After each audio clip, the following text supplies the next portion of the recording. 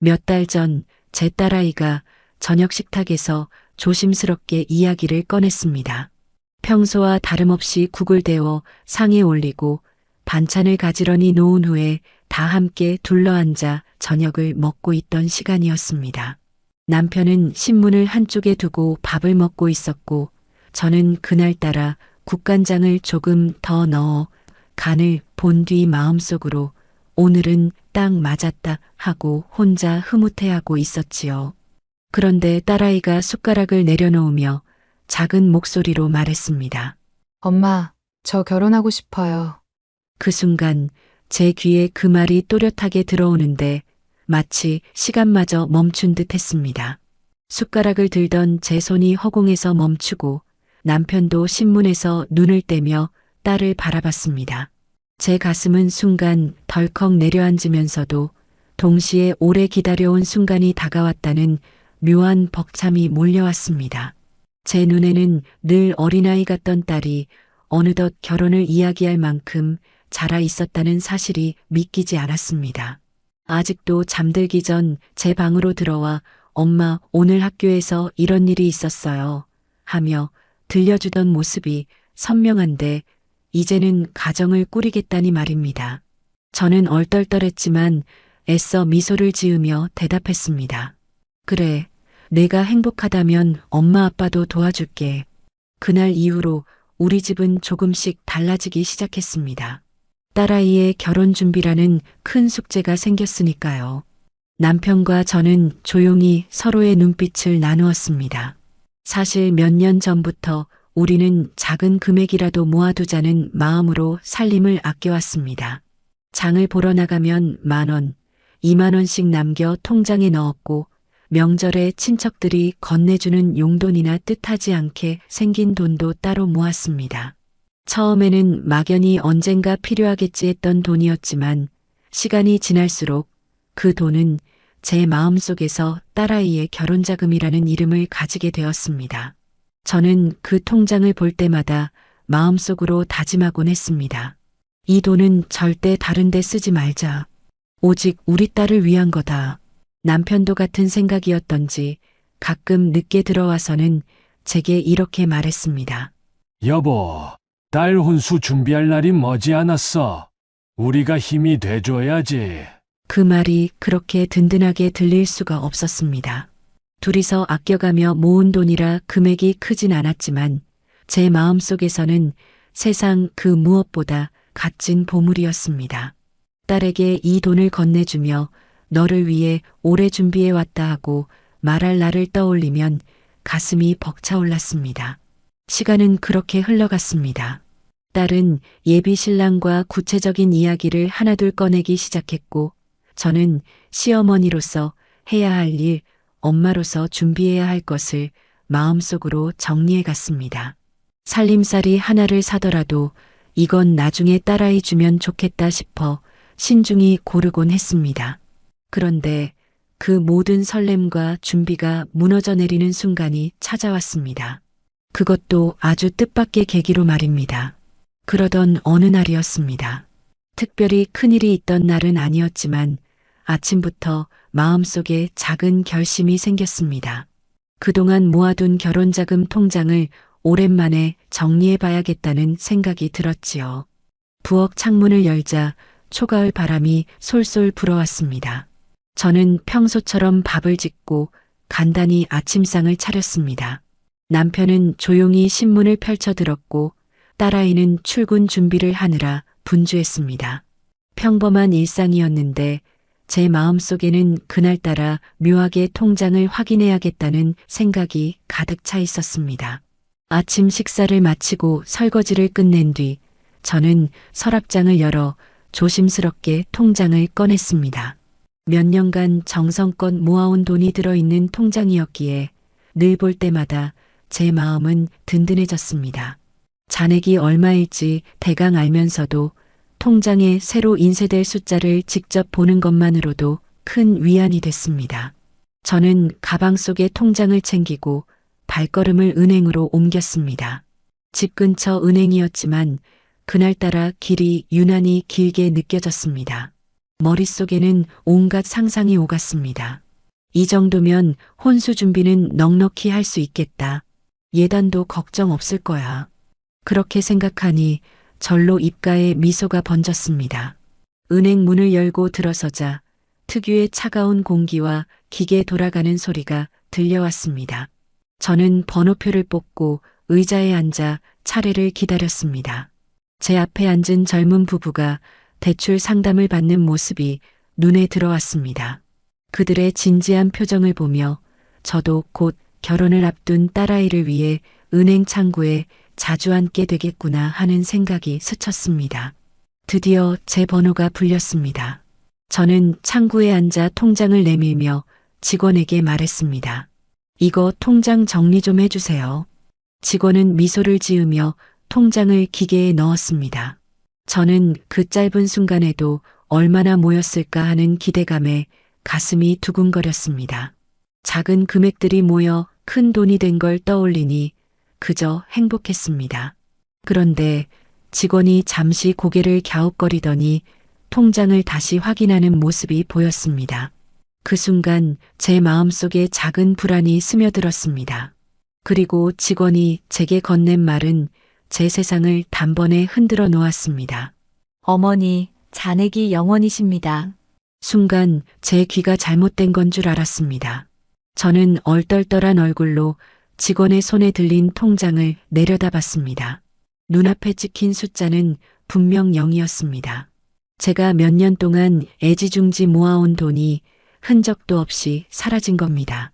아니, 그럴 리가 없는데요. 거기에 돈이 꽤 있어야 하는데요. 제 목소리는 떨리고 있었습니다. 은행 안의 공기가 갑자기 싸늘하게 변한 것 같았습니다.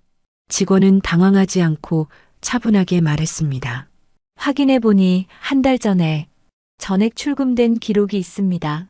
한 달 전 전액 출금 그 단어들이 제 머릿속에서 천천히 맴돌았습니다.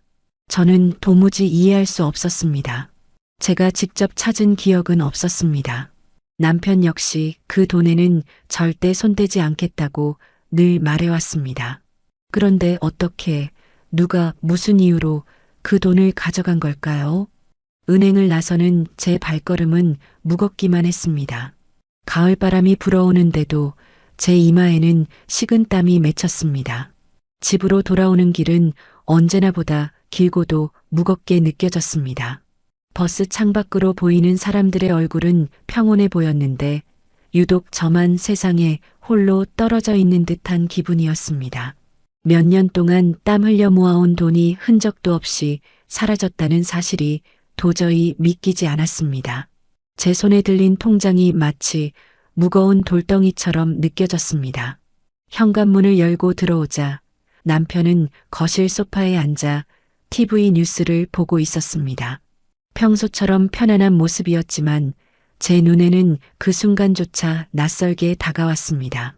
제 머릿속에 온통 누가 그 돈을 가져갔을까 하는 의심이 맴돌고 있었기 때문입니다.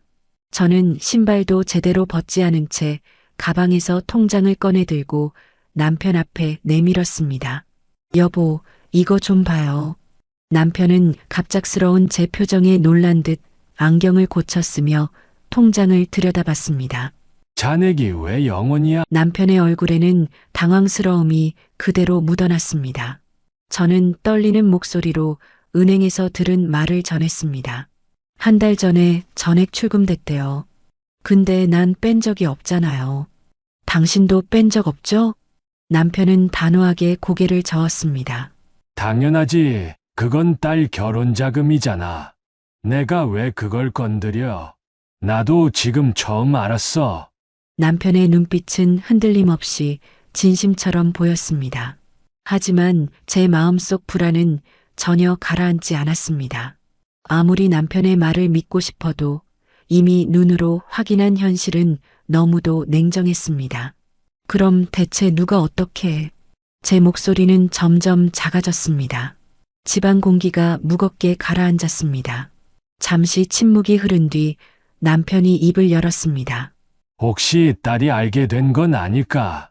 신혼 준비 때문에 필요해서 아니면 남편의 말이 채 끝나기도 전에 저는 고개를 저었습니다. 아니에요. 딸은 모를 거예요. 내가 이 돈 얘기 한 번도 꺼낸 적 없으니까. 순간 제 머릿속에는 한 달 전 일이 떠올랐습니다. 며느리가 친정엄마를 해외 효도 여행에 보내줬다던 말. 그때는 그냥 대견하다 생각했는데 지금 돌이켜보니 시기와 상황이 묘하게 겹쳤습니다. 하지만 저는 그 의심을 당장 입 밖으로 꺼내지 않았습니다. 혹시 제가 잘못된 생각을 하고 있는 건 아닐까, 근거 없는 의심으로 가족을 흔드는 건 아닐까 하는 두려움이 있었기 때문입니다. 그저 마음속에서 불길한 그림자가 스멀스멀 퍼져나갈 뿐이었습니다. 그날 밤 저는 잠을 이룰 수 없었습니다. 남편은 이미 골아떨어졌지만 저는 뒤척이며 천장을 바라보았습니다. 누가, 왜, 어떻게 그 돈을 가져갔을까? 정말 며느리일까? 아니면 내 착각일까? 의심은 꼬리에 꼬리를 물었고 제 가슴은 답답함으로 가득 차올랐습니다. 그날 이후로 제 마음은 날이 갈수록 무거워졌습니다. 눈을 감으면 잔액이 0으로 찍힌 통장 페이지가 떠오르고 귀를 기울이면 은행 직원의 차분하지만 냉정했던 목소리가 귓가를 맴돌았습니다. 한 달 전에 전액 출금됐습니다. 그 말이 머릿속에서 수없이 반복되며 마치 큰 쇳덩이가 제 가슴을 눌러 지시기는 듯 했습니다. 남편은 제가 자꾸 신경이 곤두서 있는 걸 느낀 듯 했습니다. 하지만 남편 역시 답을 찾을 수 없었기에 둘 사이의 대화는 점점 짧아졌습니다. 저녁상을 차릴 때도 예전처럼 웃음소리가 오가지 않았고 집안 공기에는 알 수 없는 긴장이 서려 있었습니다.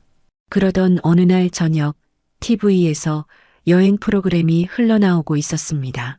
이국적인 풍경 속에서 가족들이 웃으며 즐거운 시간을 보내는 모습이 비쳤는데 그 장면을 보는 순간 저는 본능적으로 한 달 전 며느리의 이야기를 떠올렸습니다.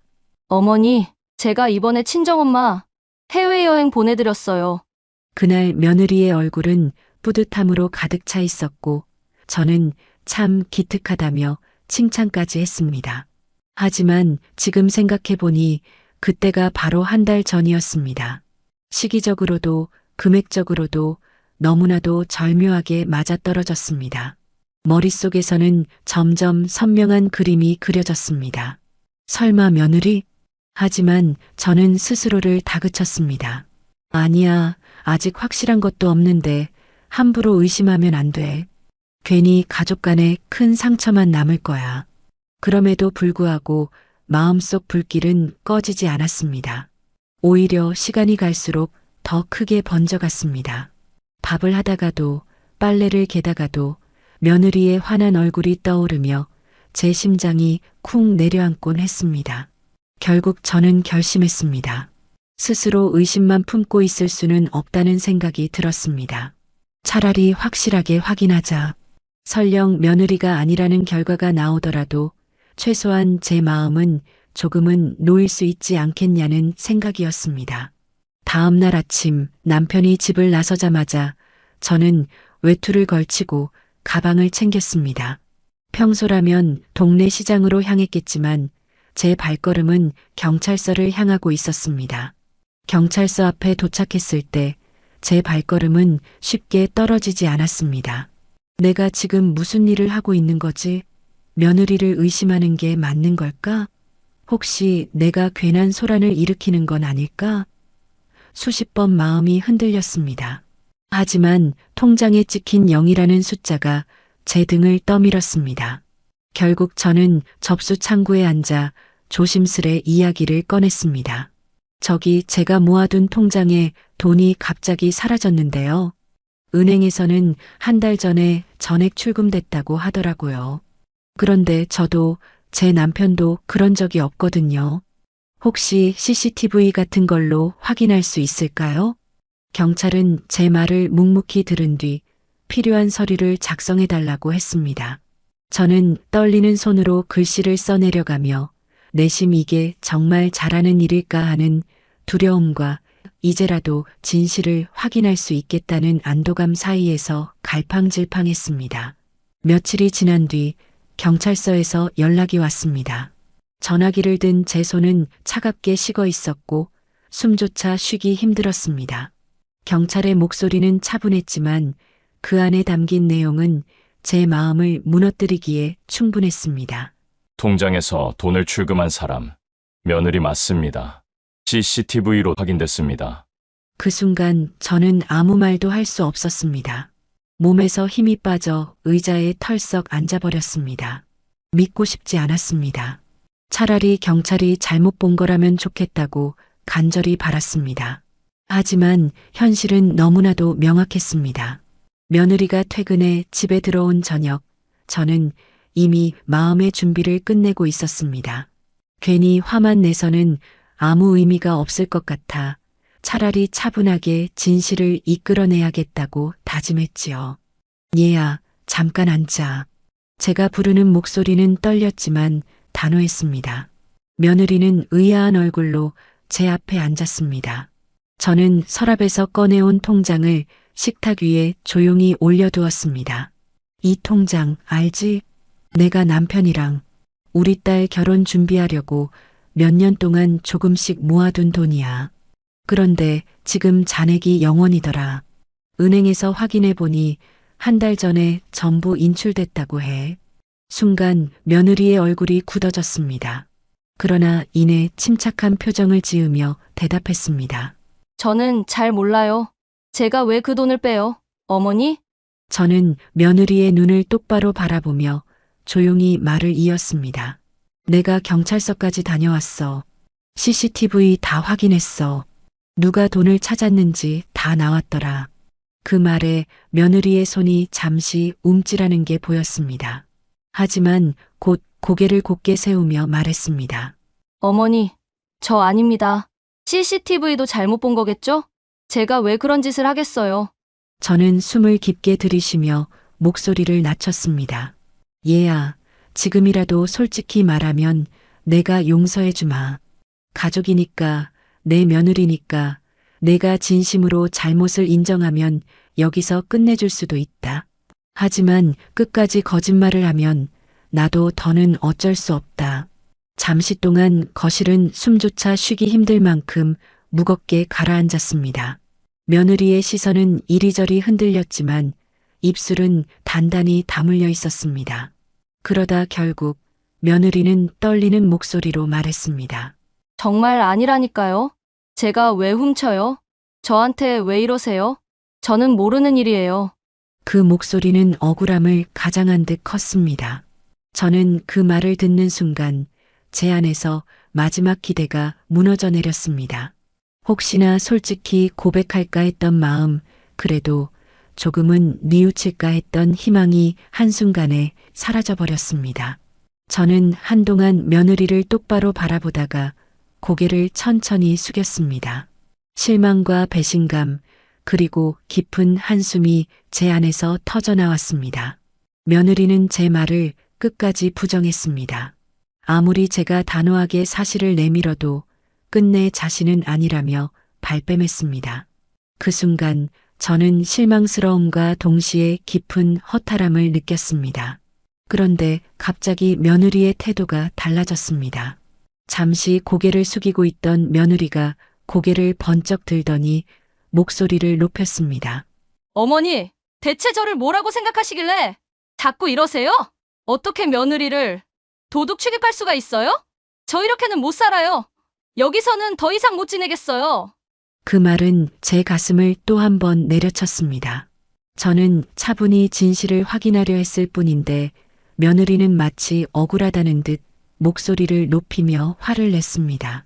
저한테 이렇게까지 하시면서 무슨 가족이라고 하세요? 전 도저히 못 참겠어요. 차라리 제 친정으로 가서 사는 게 낫겠네요. 그 말과 동시에 며느리는 벌떡 일어나 방문을 닫으며 방으로 들어갔습니다. 저는 거실에 홀로 앉아 아무 말도 하지 못했습니다. 며느리가 문 안에서 옷가지를 챙기는 소리가 들려왔습니다. 서랍을 여닫는 소리, 지퍼를 닫는 소리가 이어졌습니다. 잠시 후 며느리는 가방을 둘러매고 다시 거실로 나왔습니다. 제 얼굴을 똑바로 보지도 않고 신발을 꿰어 신으며 말했습니다. 저 여기선 더 못 살아요. 저희 엄마 있는 집으로 갈 겁니다. 그 목소리는 분노와 억울함이 뒤섞여 있었습니다. 저는 차마 붙잡을 힘조차 나오지 않았습니다. 이미 며느리의 마음이 등을 돌린 게 분명했기 때문입니다. 현관문이 쾅 닫히는 소리와 함께 집안은 정막에 잠겼습니다. 남편은 놀라서 방에서 나와 저를 바라봤지만 저는 그저 멍하니 앉아 있었습니다. 결국 이렇게 되는구나. 진실은 따로 있는데 끝까지 인정하지도 않고 오히려 화만 내며 떠나버리다니. 제 마음은 허탈함과 배신감으로 무너져 내렸습니다. 며느리가 집을 나가버린 후 집안에는 깊은 정막만 흘렀습니다. 저는 아무 말도 하지 못하고 멍하니 앉아 있었고 남편도 무겁게 한숨만 내쉴 뿐이었습니다. 밤이 깊어갈수록 제 가슴은 더 무거워졌습니다. 이대로 두면 안 된다. 며느리의 친정엄마라도 만나서 사실을 알려야 한다. 적어도 어머니 된 입장에서 진실을 아셔야 하지 않겠나? 그런 생각이 들었습니다. 며칠 뒤 저는 사돈에게 전화를 걸었습니다. 며느리가 친정으로 돌아갔다고 하니 곧바로 만나자는 약속을 잡을 수 있었습니다. 약속 장소는 동네 근처 작은 찻집이었습니다. 제가 먼저 도착해 자리에 앉아 있으니 곧 사돈이 들어왔습니다. 얼굴에는 걱정과 불만이 동시에 묻어 있었습니다. 자리에 앉자마자 사돈은 단도직입적으로 물었습니다. 아니, 우리 딸이 집을 뛰쳐나왔다는데 도대체 무슨 일이 있었던 거예요? 저는 잠시 숨을 고르고 조심스럽게 이야기를 꺼냈습니다. 사돈, 사실은 우리 딸 결혼 자금으로 몇 년 동안 모아둔 돈이 있었습니다. 그런데 그 돈이 한 달 전에 전부 빠져나갔어요. 은행 CCTV 확인까지 했는데 돈을 인출한 게 며느리였어요. 제 말에 사돈의 눈이 커졌습니다. 순간 놀란 듯 했지만 이내 표정이 굳어지더니 목소리가 높아졌습니다. 무슨 말씀이세요? 우리 딸이 왜 그런 짓을 해요? CCTV가 잘못된 거 아닙니까? 요즘 기술도 오류가 많다던데 착각하신 거 아니에요? 저는 고개를 저으며 단호하게 말했습니다. 아니에요. 경찰에서 확인까지 해줬습니다. 그리고 사돈, 혹시 기억 안 나세요? 한 달 전에 며느리가 사돈 여행 보내드렸다고 했잖아요. 바로 그 돈이 우리 딸 결혼 자금이었습니다. 제 말이 끝나자 사돈의 얼굴에 붉은 기운이 확 올라왔습니다. 아니, 그게 무슨 말이에요? 우리 딸이 자기 엄마 여행 한번 보낸 게 뭐가 잘못이에요? 그리고 설령 돈을 썼다 해도 증거가 어디 있어요? 내 딸은 절대 그런 애가 아니에요. 도둑 취급하지 마세요. 그 목소리는 찻집 안을 울릴 만큼 컸습니다. 저는 순간 당황했지만 마음속에 쌓인 울분이 터져나왔습니다. 사돈, 저는 사실만 말하는 겁니다. 결혼 자금을 빼돌려 여행을 보내드린 게 확실한데 지금도 그렇게 감싸고만 도실 겁니까? 그러자 사돈은 눈을 부릅뜨며 손바닥으로 테이블을 쾅 치고 말했습니다. 말씀이 너무 지나치시네요. 제 딸을 그런 식으로 몰아붙이면 우리도 가만히 안 있겠습니다. 순간 제 가슴은 철렁 내려앉았습니다. 저는 진실을 알리고 싶었을 뿐인데 오히려 사돈의 분노와 방어적인 태도만 마주해야 했습니다. 찻집의 공기는 얼어붙었고 서로의 눈빛 속에는 깊은 갈등만 남았습니다. 사돈과 단둘이 마주한 자리에서 큰 실망만 안고 돌아온 저는 도저히 이렇게는 끝낼 수 없다는 생각이 들었습니다. 서로가 자기 말만 하고 등을 돌리는 상황이라면 차라리 셋이 한 자리에 앉아 직접 대화를 나누는 것이 맞다고 느꼈습니다. 그래서 며느리와 사돈에게 삼자 대면을 제안했습니다. 며칠 뒤 우리는 동네 근처의 조용한 다방에서 마주 앉았습니다. 둥근 테이블에 제가 먼저 앉았고 맞은편에는 사돈과 며느리가 나란히 앉았습니다. 분위기는 처음부터 무겁게 깔려 있었고 서로의 눈빛은 차갑게 부딪혔습니다. 제가 먼저 입을 열었습니다.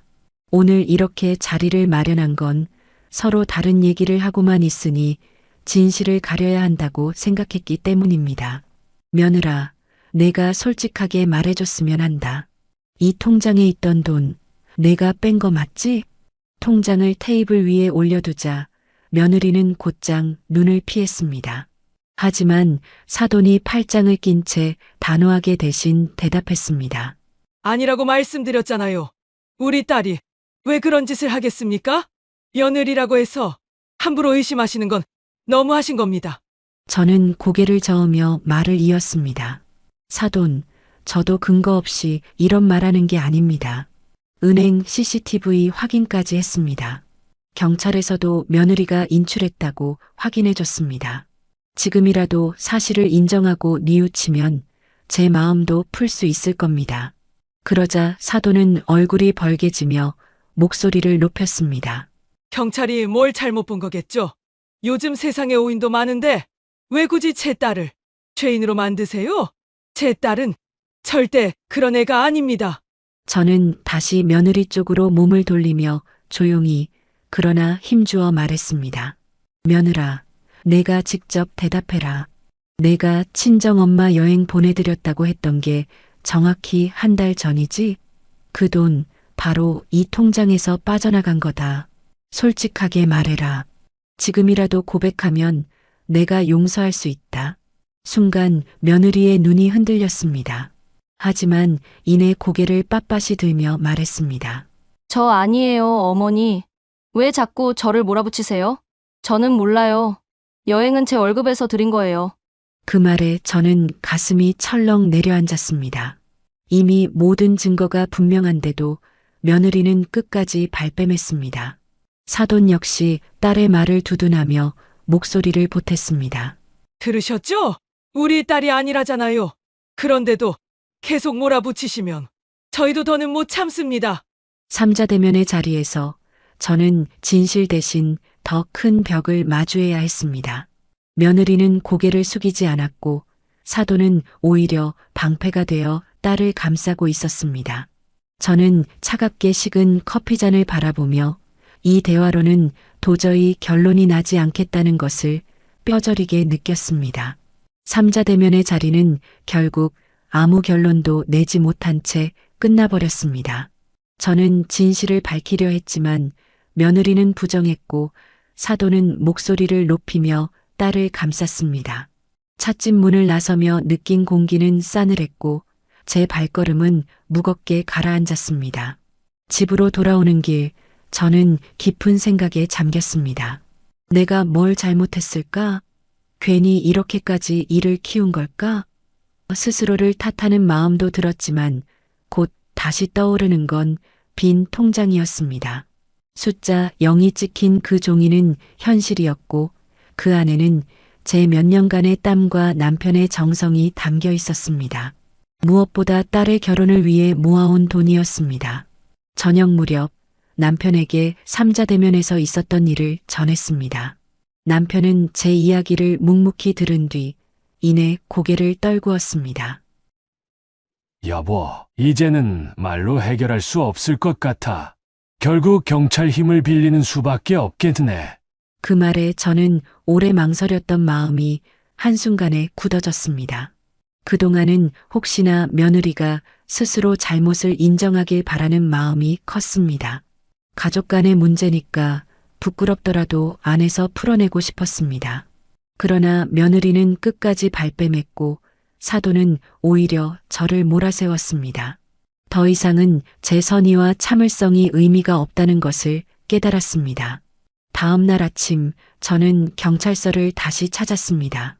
며칠 전 방문했을 때보다 제 발걸음은 훨씬 무거웠지만 마음은 오히려 단단했습니다. 접수 창구에 앉아 경찰에게 말했습니다. 며칠 전 말씀드렸던 그 사건 정식으로 신고하겠습니다. 며느리가 우리 결혼자금을 인출해 사용한 게 맞습니다. 이제는 그냥 넘어갈 수가 없네요.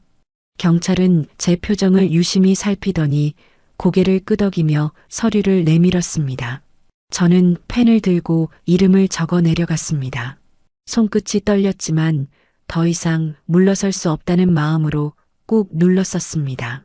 서류를 작성하는 동안 제 머릿속에는 수많은 생각이 스쳐갔습니다. 이게 과연 옳은 걸까? 며느리를 경찰에 넘기고 나면 우리 가족은 어떻게 될까? 하지만 동시에 그렇다고 덮고만 넘어가면 결국 또다시 같은 일이 반복되지 않을까? 딸의 결혼을 망칠 수도 있지 않을까? 하는 생각이 더 크게 자리 잡았습니다. 모든 절차를 마치고 경찰서를 나서는 순간 저는 묘한 허탈감과 결심이 동시에 몰려왔습니다. 하늘은 잔뜩 흐려 있었고 바람은 차가웠습니다. 하지만 제 마음속에는 분명한 확신이 자리하고 있었습니다. 이제는 더 이상 참지 않겠다. 우리 가족을 지키기 위해서라도 이 길을 갈 수밖에 없다. 경찰에 정식으로 신고를 마치고 집으로 돌아온 그날 저녁, 집안 공기는 더욱 무겁게 가라앉아 있었습니다. 남편은 말없이 한숨만 쉬었고 저는 방 한쪽에 앉아 멍하니 통장을 바라보고 있었습니다. 며느리가 친정으로 도망간 이후로 한동안 소식조차 들리지 않았습니다. 그런데 그날 밤 늦게 아들이 들어왔습니다. 얼굴은 창백했고 눈빛은 심하게 흔들리고 있었습니다. 저를 보자마자 아들은 곧장 제 앞에 무릎을 꿇었습니다. 엄마 제발 부탁드릴게요. 경찰에 신고한 거 취소해 주세요. 저는 순간 놀라며 아들을 똑바로 바라봤습니다.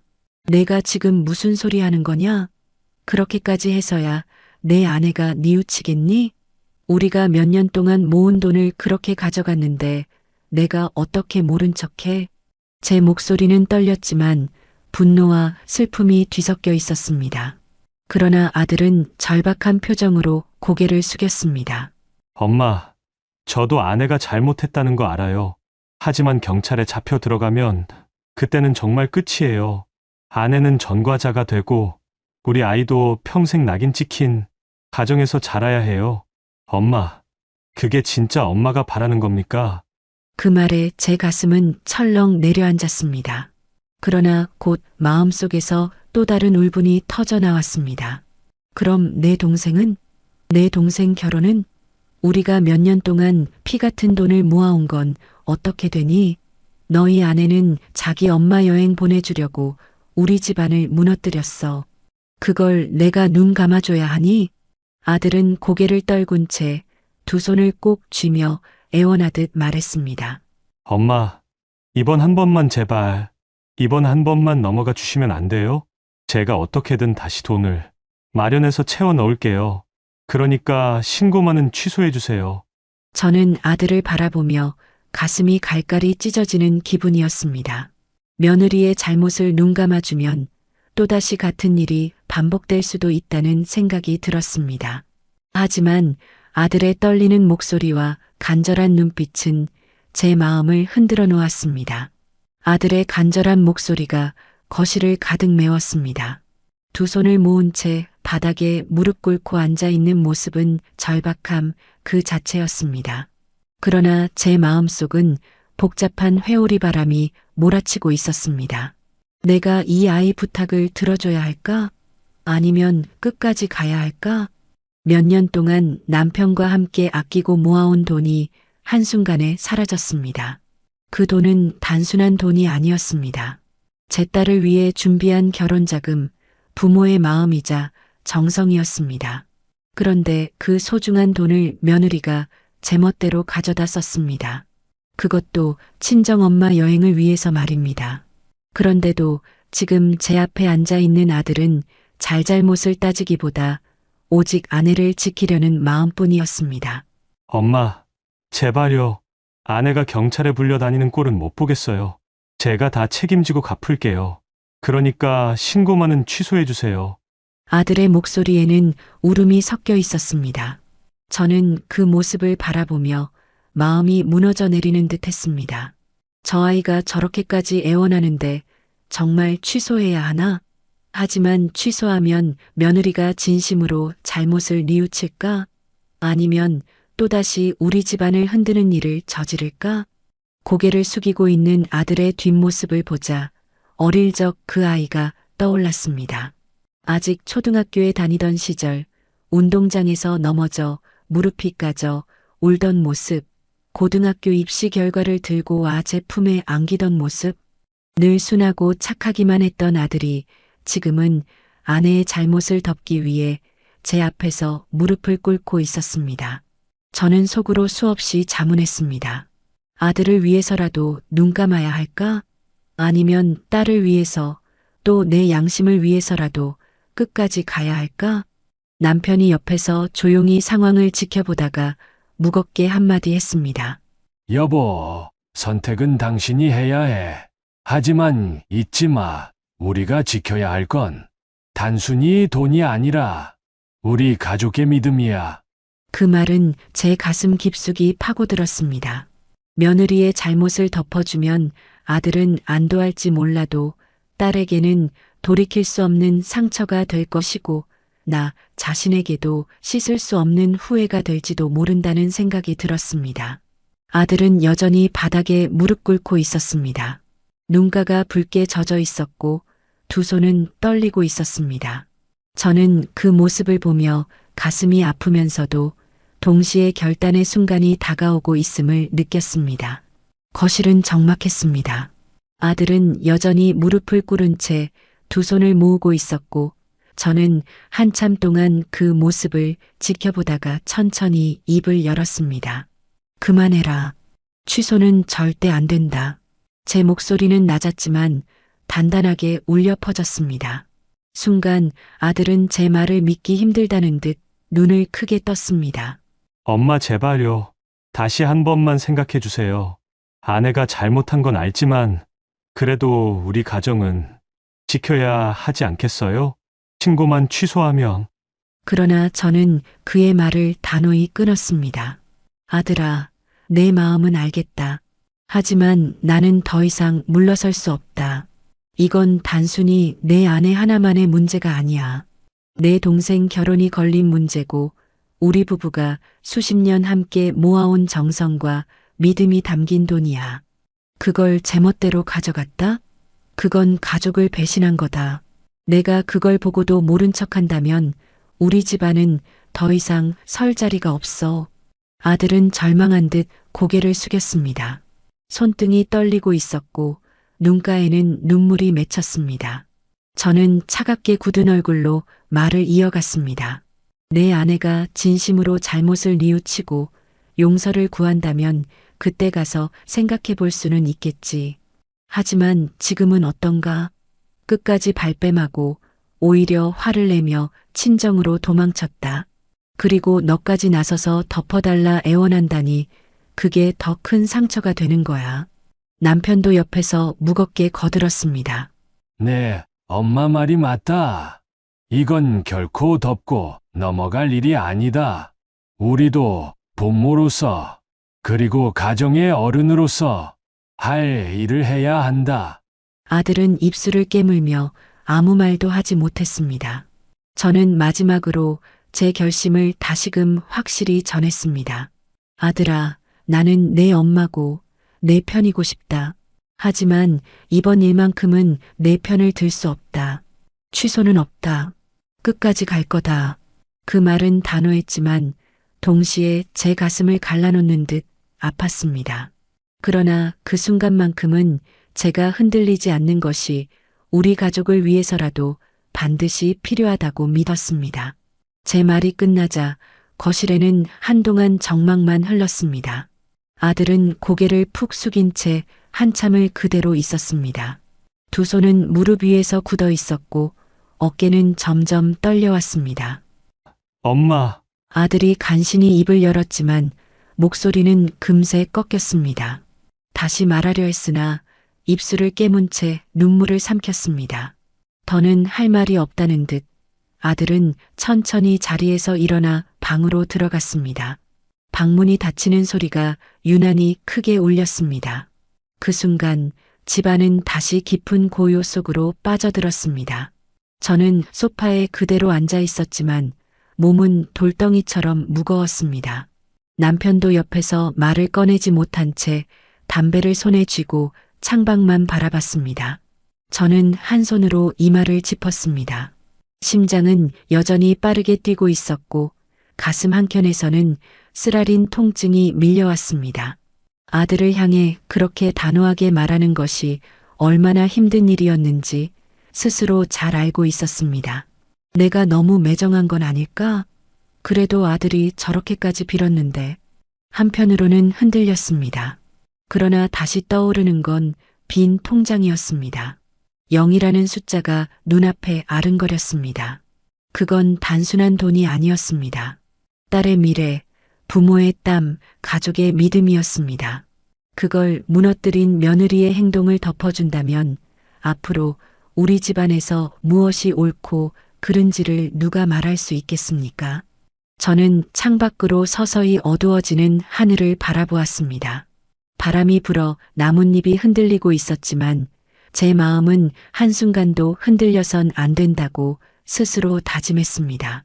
그래, 아들이 아무리 빌어도 이번만큼은 물러서지 않겠다.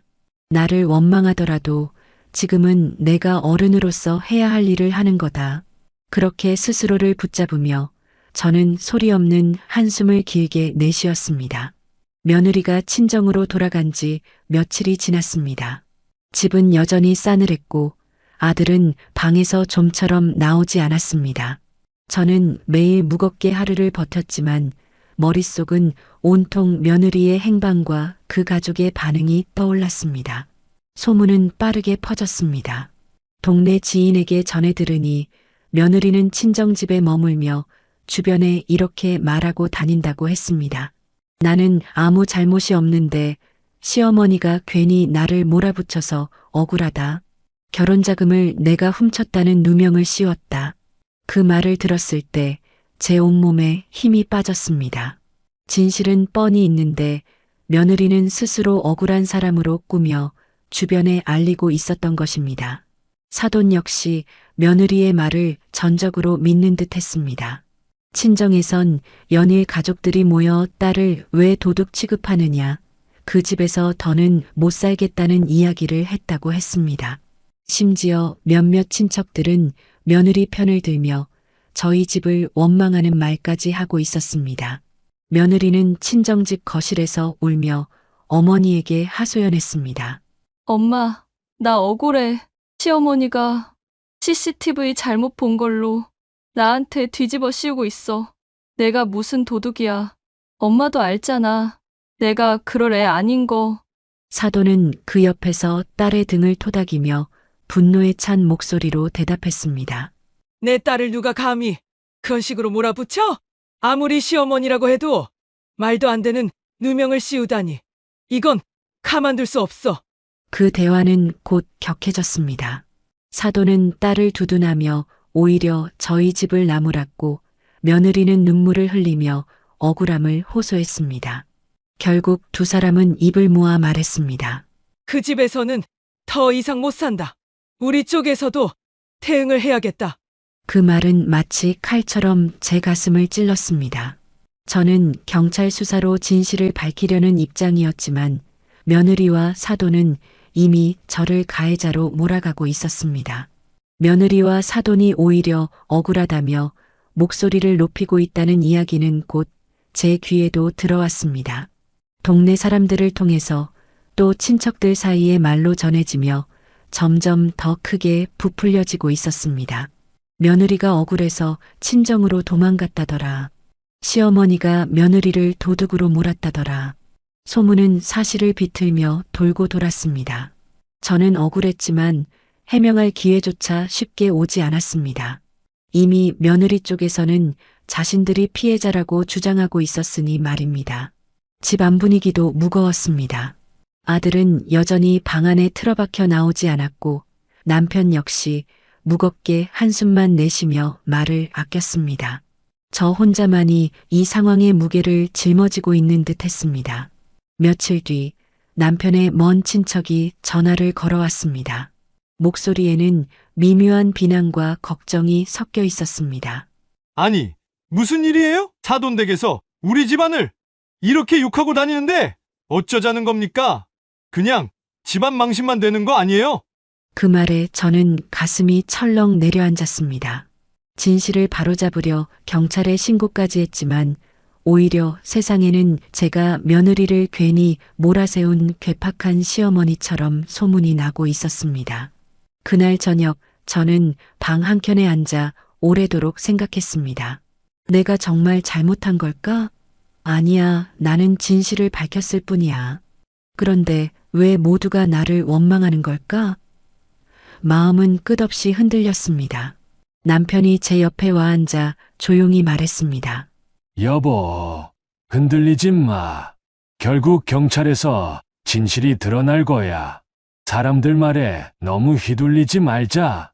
지금은 우리가 버텨야 할 때야. 그 말에 저는 눈을 감았습니다. 그래, 진실은 결국 밝혀질 것이다. 하지만 그 과정에서 내가 감당해야 할 건 생각보다 훨씬 크고 무거운 것이었습니다.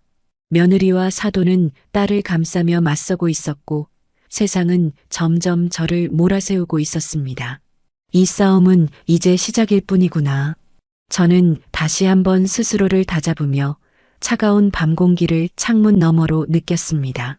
며느리와 사돈이 억울하다고 주장하며 소문을 내고 다니는 동안 경찰 수사는 조금씩 속도를 내고 있었습니다. 사건 접수 후 며칠이 지나자 경찰에서 연락이 왔습니다.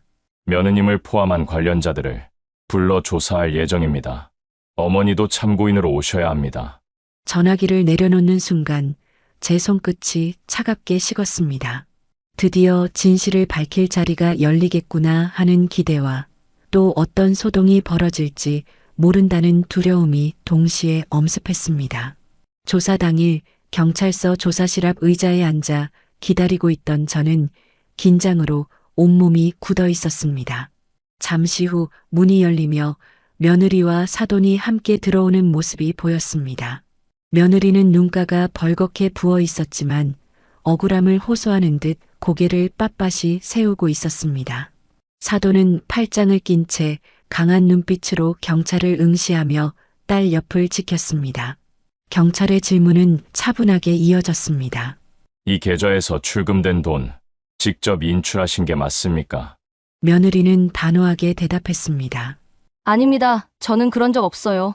CCTV가 잘못 찍힌 거예요. 요즘 그런 오류 많다고 들었습니다. 제 귀에 그 대답은 차갑게 꽂혔습니다. 며느리는 끝까지 발뺌하고 있었고 그 옆에서 사돈은 고개를 끄덕이며 거들었습니다. 맞습니다. 제 딸은 그런 짓 할 애가 아니에요. 경찰 조사라도 제대로 해보세요. 혹시 다른 사람이 흉내내고 돈을 빼간 건 아닌지 확인해봐야 하지 않습니까? 경찰은 추가 자료를 꺼내 보여주었습니다.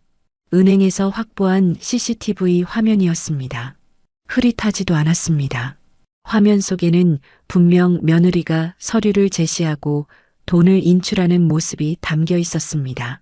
잠시 조사실은 정적에 휩싸였습니다. 며느리는 눈을 크게 뜨며 입술을 달싹였지만 곧 시선을 떨구었습니다. 그러나 사돈은 여전히 굳은 표정으로 말했습니다. 아무리 그래도 우리 딸이 무슨 사정이 있었던 거겠죠? 그렇다고 경찰까지 부른 건 너무한 일 아닙니까? 그 말에 제 가슴은 뜨겁게 치밀어 올랐습니다. 지금 눈앞에 증거가 있는데도 여전히 제 탓으로 돌리는 사돈의 태도에 우라가 치밀었습니다. 하지만 저는 꾹 참으며 조용히 말했습니다. 사돈, 이게 제 탓입니까? 몇 년 동안 모은 우리 가족의 피 같은 돈입니다. 그걸 가져간 사람이 누군지 이제는 다 드러났잖아요. 더 이상 억울하다고 말하지 마세요. 제 목소리는 떨렸지만 분명하게 울려 퍼졌습니다. 조사실 안의 공기는 무겁게 가라앉았고 며느리의 고개는 점점 더 숙어졌습니다. 그러나 사돈의 눈빛은 여전히 날카롭게 저를 향해 있었습니다. 조사가 끝나자 경찰은 며느리와 사돈에게 귀가 조치를 내렸습니다. 추가 조사가 필요하니 연락을 기다리라는 말과 함께였습니다. 경찰서 문을 나서던 며느리는 표정이 굳어 있었습니다. CCTV에 찍힌 장면으로 더 이상 발뺌하기 어려운 상황임에도 뉘우치는 기색보다는 억울함과 분노가 뒤섞인 얼굴이었습니다. 사돈은 딸의 손을 꼭 잡고 경찰서를 나서며 제 쪽을 흘겨보았습니다. 이게 다 당신 때문이에요. 멀쩡한 애를 범죄자 취급이나 하고. 사돈은 작게 중얼거렸지만 그 목소리는 제 귀에 또렷하게 들렸습니다. 그 말에 제 발걸음이 순간 멈칫했습니다. 하지만 저는 차마 대꾸하지 않았습니다. 오히려 한숨이 길게 새어나올 뿐이었습니다. 경찰서 앞마당에서 며느리는 결국 참았던 말을 터뜨렸습니다. 어머니, 제가 아니라니까요. 왜 그렇게까지 저를 몰아붙이세요? 끝까지 가보자고 하신 거니까 저도 가만히 안 있을 거예요. 그 목소리는 울음과 분노가 뒤엉켜 있었습니다. 저는 며느리의 눈을 똑바로 바라봤습니다. 하지만 그 속에서는 죄책감이나 미안함은 찾을 수 없었습니다. 오히려 끝까지 자신을 피해자로 여기려는 억울함만 가득 차 있었습니다. 순간 제 가슴이 철렁 내려앉았습니다. 이 아이는 정말 끝까지 자기 잘못을 인정하지 않겠구나.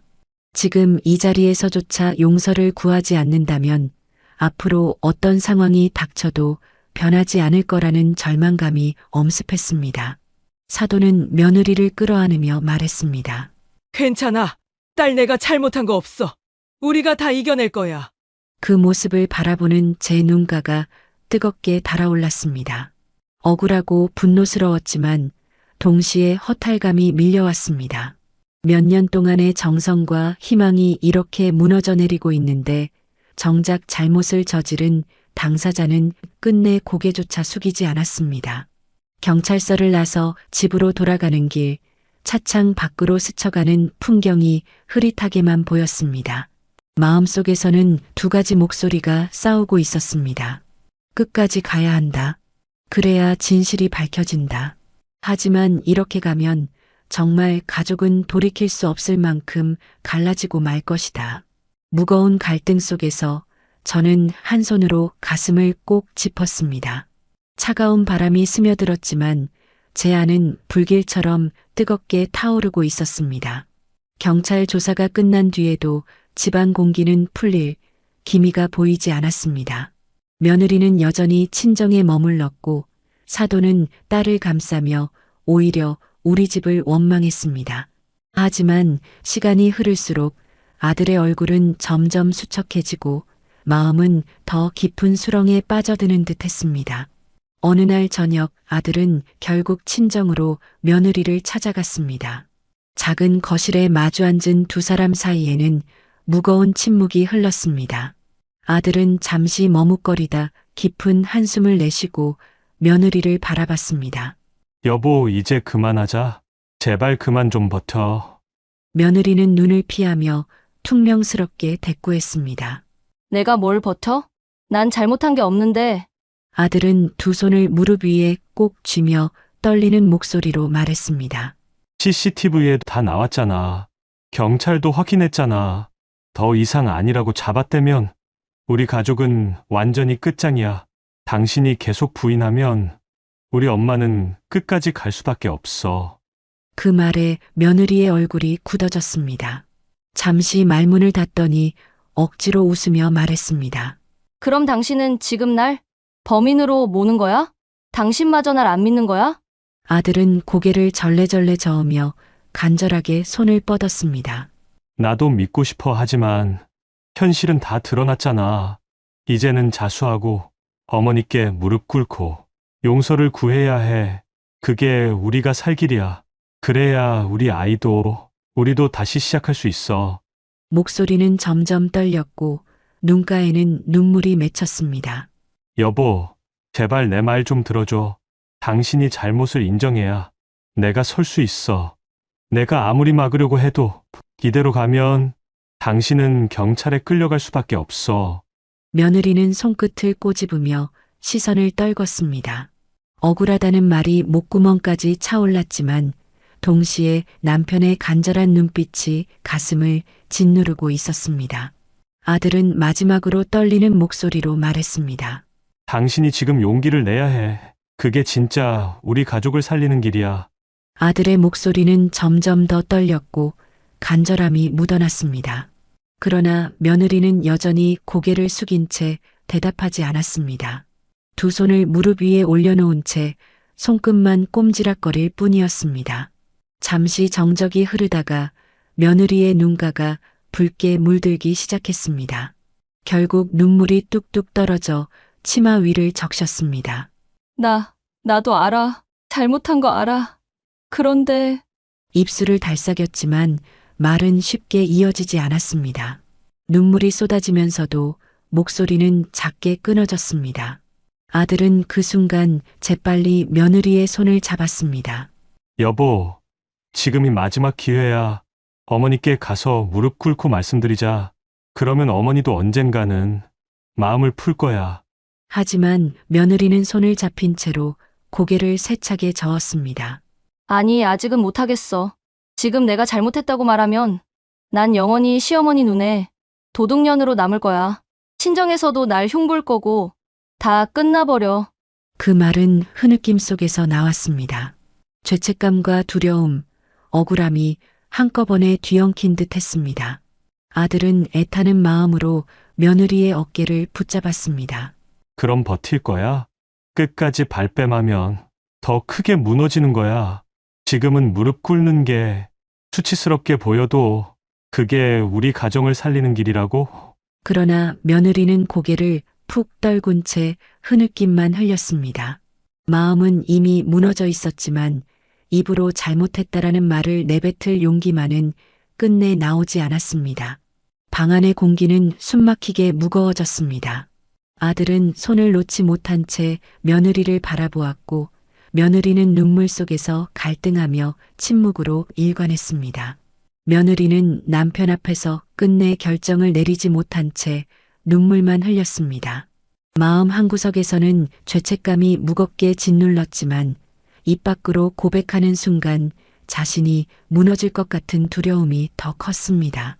그날 밤 며느리는 결국 친정 엄마에게 모든 상황을 털어놓았습니다. 엄마, 나 이제 어떻게 해야 할지 모르겠어.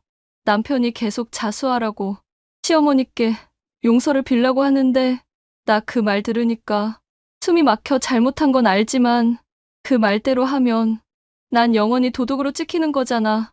사도는 딸의 두 손을 덥석 잡고 단호한 목소리로 말했습니다. 내가 왜 도둑이야? 엄마, 여행 한번 보내준 게 뭐가 그렇게 큰 죄라고. 시댁에서 오히려 내가 해준 걸 고마워해야지. 그걸 죄라고 몰아붙이는 게 말이 되니? 절대 무릎 꿇지 마라. 며느리는 눈물을 훔치며 떨리는 목소리로 대답했습니다. 근데 CCTV 다 찍혔다잖아. 경찰도 확인했다는데. 사도는 눈을 부릅뜨며 목소리를 높였습니다. 그래서 뭐? 찍혔다고 다 죄가 되는 줄 아니? 이유가 있으면 되는 거야. 내가 엄마 생각해서 그런 건데 그게 죄라고? 시댁이 너무 매정한 거지. 내가 괜히 주눅 들어 고개 숙이지 마라. 오히려 더 당당해져야 한다. 사돈의 눈빛은 딸을 지켜내겠다는 결심으로 불타 있었습니다. 오히려 시어머니를 향한 원망이 점점 커져만 갔습니다. 내가 가만히 있지 않을 거다.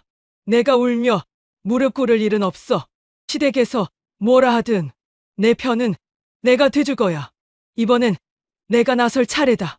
며느리는 잠시 눈을 감고 어머니의 손을 꼭 잡았습니다. 흔들리던 마음은 잠시 안도감에 젖었지만 그 안에는 여전히 무겁고 답답한 갈등이 남아 있었습니다. 며칠 동안 마음을 추스르지 못하던 아들은 결국 더 이상 참을 수 없다는 듯 결심을 굳혔습니다. 며느리가 친정에서 억울함만 내세우며 발뺌하고 있다는 소식을 들은 그는 직접 아내를 만나기 위해 친정집을 찾았습니다.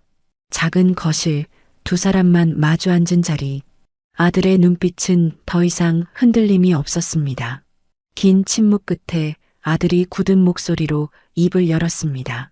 더는 못 참겠다. 이제 선택해라. 며느리는 놀란 눈으로 남편을 바라봤습니다. 무슨 소리야? 왜 그렇게까지 해? 아들은 단호하게 말을 이었습니다. 내가 자백하지 않으면 나는 너와 같이 못 산다. 이혼이든 뭐든 끝내겠다. 아니면 지금 당장 어머니께 가서 솔직히 잘못을 인정하고 용서를 구하든가. 둘 중 하나만 선택해. 순간 며느리의 입술이 파르르 떨렸습니다. 여보, 나 정말 억울해. 왜 나를 믿어주지 못해? 나 아니라고 몇 번이나 말했잖아. 그러나 아들은 고개를 세차게 저으며 목소리를 높였습니다. 억울하다고? CCTV에도 다 찍혔고, 경찰도 확인했어. 그런데도 계속 잡아떼는 게 억울한 거야? 솔직히 말해. 나도 내가 한 거라는 거 다 알고 있어. 그런데 내가 끝까지 부인하는 모습을 보는 게 더 견디기 힘들다. 아들의 눈가가 붉게 물들었습니다. 목소리는 점점 더 떨렸지만 결심은 단단했습니다. 나는 이제 거짓말하는 아내랑은 못 산다. 우리 아이에게도, 우리 가족에게도 그건 불행이야. 그러니까 선택해라. 지금 자백하고 용서를 구할 거야. 아니면 여기서 끝낼 거야. 며느리는 숨을 몰아쉬며 눈동자를 이리저리 흔들었습니다. 손끝은 떨리고 눈가에는 눈물이 맺혔지만 입술은 굳게 다물려 있었습니다. 아들의 마지막 한마디는 칼날처럼 날카로웠습니다. 오늘이 마지막이야. 더는 기회 없다. 거실 안은 숨조차 막힐 만큼 무거운 긴장으로 가득 찼습니다. 며느리는 눈물을 삼키며 두 손을 꼭 쥐었지만 쉽게 대답을 내놓지 못했습니다. 아들의 목소리가 거실을 메우자 며느리는 순간 얼어붙은 듯 아무 말도 하지 못했습니다. 손가락은 꼬집히듯 두 손을 꼭 쥐었고 시선은 바닥으로 떨어져 흔들리고 있었습니다. 잠시 후 며느리의 눈에서 눈물이 뚝뚝 흘러내렸습니다. 나도 잘못한 거 알지 하지만 지금 당장 자백하면 난 평생 도둑년으로 낙인 찍히는 거야. 시어머니도 동네 사람들도 다 나를 손가락질할 거고 당신은 날 끝까지 지켜줄 거지? 그런데 왜 날 이렇게 몰아붙여? 목소리는 떨렸고 흐느낌이 섞여 있었습니다. 그러나 아들은 눈을 감았다가 크게 뜨며 다시 단호하게 말했습니다. 몰아붙이는 게 아니야. 이제는 내가 선택해야 할 순간이라는 거야. 내가 끝까지 발뺌하면 우리 가정은 지옥이 돼. 나는 그런 삶을 살 수 없어. 며느리는 고개를 절레절레 저으며 흐느꼈습니다. 못하겠어. 지금은 못하겠어. 나 그럴 용기 없어. 차라리 시간이 지나면 어머니도 언젠가는 잊어버리지 않을까? 그냥 조금만 더 기다리면 안 돼? 그 말에 아들의 얼굴은 절망으로 굳어졌습니다. 기다릴 시간이 없어. 어머니는 이미 경찰에 신고했어. 이대로 가면 수사 결과가 나오고 내 잘못은 다 드러날 거야. 그땐 자백이 아니라 처벌이 될 거라고. 말끝은 단호했지만 목소리 속에는 애타는 간절함이 묻어 있었습니다. 그러나 며느리는 여전히 입술을 깨물며 눈물을 흘릴 뿐 대답을 내놓지 않았습니다. 거실 안은 숨이 막힐 만큼 무겁게 가라앉았습니다. 아들은 손가락을 떨며 머리를 감싸쥐었고 며느리는 흐느낌 속에 의자 끝에 앉아 몸을 웅크렸습니다. 두 사람 사이에는 말보다 깊은 균열이 드러나고 있었습니다. 그날 밤 아들은 무거운 발걸음을 이끌고 집으로 돌아왔습니다. 얼굴은 헬쑥했고 눈빛은 텅 비어 있었습니다. 거실에서 기다리고 있던 저는 아들의 표정만 보아도 대화가 어떻게 흘러갔는지 알 수 있었습니다. 아들은 신발을 벗지도 않은 채 의자에 털썩 주저앉았습니다. 두 손으로 얼굴을 감싸고 한참 동안 말이 없었습니다. 저는 조심스럽게 물었습니다. 어떻게 됐니? 아들은 한숨을 내쉬며 고개를 저었습니다. 역시 끝까지 대답을 안 하더라고요. 잘못을 인정하라는 내 말에도, 이혼을 택할 거냐는 내 말에도 아무 대답이 없었어요. 그냥 울기만 했습니다. 그 목소리에는 지친 기운과 함께 단단히 굳은 결심이 배어 있었습니다. 엄마, 이제는 알 것 같아요. 저렇게 끝까지 거짓말만 붙잡고 있는 사람과는 같이 못 살아요. 아이를 생각해서라도, 제 미래를 위해서라도 이젠 끊어내야 할 것 같습니다. 저는 잠시 말문이 막혔습니다. 아들이 며느리의 잘못을 감싸주던 모습만 기억했는데 이제는 정반대의 말을 하고 있었기 때문입니다. 아들은 눈을 질끈 감고 말을 이어갔습니다.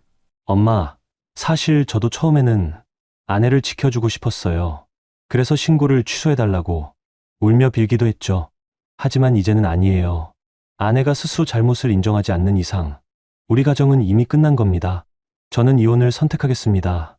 그 한마디는 거실 공기를 무겁게 짓눌렀습니다. 남편도 조용히 고개를 숙였고 저는 한동안 아들을 바라보기만 했습니다. 내가 그렇게까지 결심했다면 엄마도 막지 않겠다. 다만 이 길은 쉽지 않을 거다. 그래도 내가 살 길이라면 엄마도 받아들이겠다. 제 말에 아들은 천천히 고개를 끄덕였습니다. 눈가에 고인 눈물을 억지로 삼키며 그는 다시 한번 단단히 다짐하는 듯 보였습니다. 저는 흔들리지 않겠습니다. 이번엔 정말 끝내겠습니다. 그 목소리는 떨렸지만 결심만큼은 흔들리지 않았습니다. 아들은 결국 이혼을 선택했습니다. 더 이상 진실을 외면하는 아내와는 함께할 수 없다고 단호히 결심했고 그 길로 혼인 관계를 정리했습니다. 긴 시간 갈등과 눈물이 있었지만 마지막 선택은 오히려 모두에게 명확한 길을 보여주었습니다. 한편 경찰 수사는 멈추지 않았습니다. 며느리의 범행은 CCTV와 은행 기록을 통해 명백히 드러났고 끝내 법의 심판을 피할 수 없었습니다. 재판부는 그녀에게 징역 1년을 구형했고 며느리는 교도소에 수감되었습니다. 아직 젊은 나이에 철창 신세를 지게 된 며느리를 보며 안타까운 마음이 들기도 했지만 잘못에 대한 대가를 치러야 한다는 생각이 더 크게 자리했습니다. 그 모든 소동이 지나간 뒤 딸의 결혼 준비는 차근차근 이어졌습니다. 빈 통장이 남긴 상처는 컸지만 친척들의 도움과 다시금 마음을 모은 덕분에 큰 어려움 없이 채워나갈 수 있었습니다. 그리고 그해 겨울, 눈이 소복이 내리던 날 딸은 하얀 드레스를 입고 환한 미소를 지으며 결혼식장에 섰습니다. 식장은 따뜻한 축복으로 가득했고 저는 눈물로 딸의 행복을 바라보았습니다. 지난 몇 달의 고통과 배신, 갈등의 시간이 한순간에 스쳐갔지만 결국 제게 남은 건 가족을 지키고자 했던 제 선택과 그 선택 끝에 맞이한 딸의 행복한 모습이었습니다. 저는 마음속으로 조용히 되뇌었습니다. 아무리 아프고 힘든 시간이었어도 결국 진실은 드러나고 올바른 길은 남는다. 그날의 결혼식장은 오랜 시간 짓눌렀던 제 가슴을 풀어주는 듯 따뜻하고 평온하게 흘러갔습니다.